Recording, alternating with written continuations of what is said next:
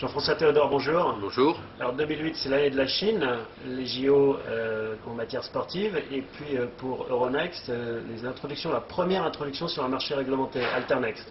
Oui, donc nous sommes très contents. La Chine est un prospect très intéressant en matière de cotation. Il y a beaucoup d'entreprises chinoises qui veulent se faire coter. Pourtant, ils ont beaucoup de capitaux là-bas. En Chine, il y a une liste d'attente parce que les autorités chinoises veulent éviter la surchauffe sur les marchés chinois. Et donc, jusqu'à présent, les Chinois allaient à Londres et pour la première fois, une entreprise chinoise, China Corn Oil, premier producteur mondial d'huile de maïs consommable, se fait coter sur un marché réglementé à Paris. C'est un premier pas. Nous pensons que ce n'est que le premier pas, c'est l'hirondelle qui va faire le printemps. Oui, c'est une petite cotation, 5 millions d'euros sur Alternext, mais bon, c'est un chemin que vous voulez emprunter. Hein. Tout à fait, vous connaissez la phrase de Neil Armstrong, un petit pas pour moi, un grand pas pour l'humanité. On pense que c'est le début et c'est la preuve que tout ce qu'on a fait en matière d'efforts de réglementation, la création d'un compartiment professionnel qui permet de faire des placements privés, qui permet d'avoir une documentation en anglais seulement, la reconnaissance des normes comptables, tout ce qu'on a fait en matière de prospection en Chine. Oui, c'est facile de faire venir les Chinois, justement, c'était ma question un peu, parce que... On a de bons atouts. Il y a un gros concurrent, c'est Londres. Le meilleur atout, c'est qu'on a la meilleure marque. NYSE Euronext, le plus grand marché du monde en dollars, le plus grand marché du monde en euros, plutôt qu'une monnaie un peu atypique maintenant, la livre sterling, se faire coter sur le premier marché de la zone euro, la deuxième monnaie du monde. Et ça commence à porter donc comme argument. Et ça, je crois que ça commence à porter. Là, nous avons vu des entrepreneurs chinois contents qui le diront à d'autres entreprises chinoises.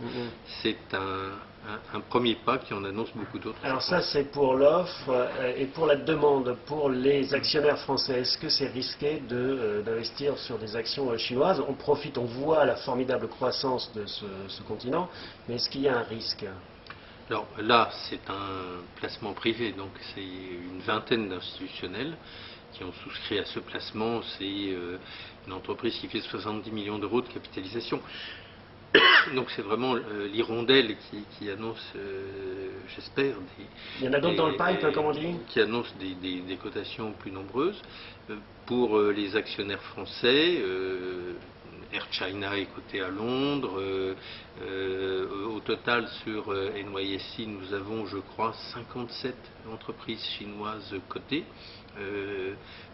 Sur NYSE Euronext, presque 50 à New York, quelques-unes à Amsterdam, et ce seront de grandes entreprises. Ce sont des entreprises comme les autres, il n'y a pas de différence. Ce sont des entreprises comme les autres, avec leur dynamisme propre d'une entreprise qui connaît une croissance à 2 chiffres, et leurs problèmes peut-être propres aussi, qui sont d'une économie jeune. Donc demain, quand d'autres entreprises chinoises viendront et que leur capital sera ouvert aux petits porteurs, il n'y aura pas de problème particulier. Je vous rappelle que nos procédures sur nos marchés réglementés, Euronext et Alternext, se font sous le contrôle de nos régulateurs. D'autres choses dans les tuyaux qui vont arriver bientôt? Il n'y a pas que la Chine, c'est-à-dire dans l'hirondelle, c'était peut-être plus spécifiquement une référence à la Chine, mais nous n'avons pas d'exclusive, nous sommes œcuméniques, et donc nous relançons, poursuivons nos efforts de cotation sur l'Inde, lançons sur la Russie, les pays de l'Est, l'Ukraine, le Kazakhstan qu'on n'avait pas prospecté beaucoup jusqu'à présent, Israël. Il y aura d'autres entreprises chinoises qui viendront en 2008 selon vous, d'après ce que vous savez? Je l'espère fortement, oui. Merci Jean-François Théodore, à bientôt. Bientôt.